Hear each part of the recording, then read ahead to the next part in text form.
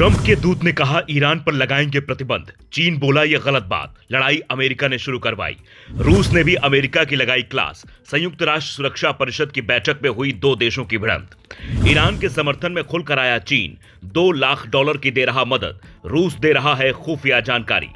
ये संयुक्त राष्ट्र सुरक्षा परिषद की तस्वीरें हैं, जहां गुरुवार को मीटिंग में ऐसा माहौल गर्म हुआ कि अमेरिका के भी होश उड़ गए। जो अमेरिका दादागिरी के दम पर किसी भी देश में कभी भी युद्ध छेड़ने, वहां के राष्ट्रपति को उठाने और वहां अपनी सेना भेजने को सही करार देता है, वो इस बार चीन और रूस के सामने ऐसे फंसा कि ट्रंप के दूत की बोलती ही बंद हो गई। हर बार की तरह इस बार भी अमेरिका पहले इमरान में हमला करने के बाद उस पर घोर प्रतिबंध लगाने का प्रस्ताव लेकर आया था, जिसे लेकर संयुक्त राष्ट्र में अमेरिका के दूत माइक वॉल्टेज ने कहा, संयुक्त राष्ट्र के सभी सदस्य देशों को ईरान पर हथियारों के प्रतिबंध लागू करना चाहिए, मिसाइल तकनीक के हस्तांतरण और व्यापार पर रोक लगानी चाहिए और उससे जुड़े वित्तीय संसाधनों को फ्रीज करना चाहिए ताकि उसका परमाणु कार्यक्रम रुके।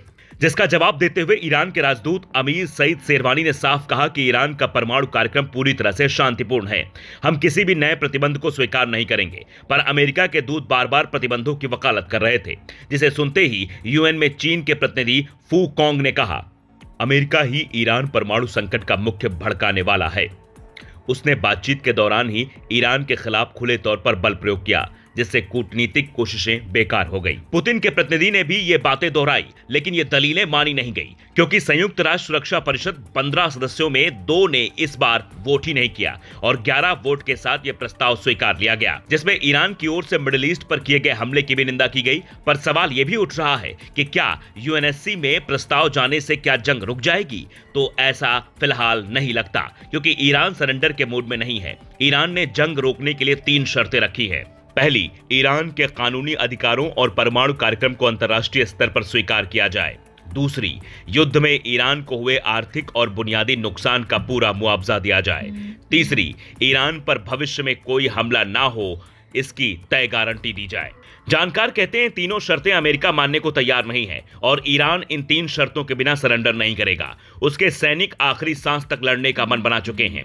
चूंकि रूस इनकी सैटेलाइट से मदद कर रहा है, दुश्मन के खुफिया अड्डों की पूरी जानकारी दे रहा है और अब चीन रेड क्रॉस सोसाइटी के जरिए $2 लाख देने का ऐलान कर चुका है। इसलिए जंग फिलहाल रुकती नजर नहीं आ रही है और होर्मुज इलाके में जिस तरीके से दुश्मन एक जहाज की निगरानी अब ईरान कर रहा है, वो दुनिया भर में तेल संकट को और बढ़ाने वाला है। हालांकि यह अमेरिका के लिए फायदेमंद है, क्योंकि ट्रंप खुद सोशल मीडिया पर लिखते हैं, अमेरिका दुनिया का सबसे बड़ा तेल उत्पादक है, इसलिए जब तेल महंगा होता है तो हम खूब कमाते हैं, लेकिन हमारा मकसद फिलहाल ईरान को परमाणु संपन्न होने से रोकना है। ट्रंप अपने इस बयान पर अमेरिका में ही ट्रोल भी हो रहे हैं, क्योंकि तेल की कीमतें बढ़ने से आम आदमी पर महंगाई की मार पड़ती है और इसका असर पूरी दुनिया पर पड़ रहा है। फिलहाल भारत में पेट्रोल डीजल की कीमतें नहीं बढ़ी हैं, लेकिन गैस सिलेंडर को लेकर जैसी तस्वीरें आ रही हैं, उसके बाद कई तरीके के सवाल भी उठने लगे हैं। हर आम आदमी यही पूछ रहा है, ये जंग कब तक चलेगी?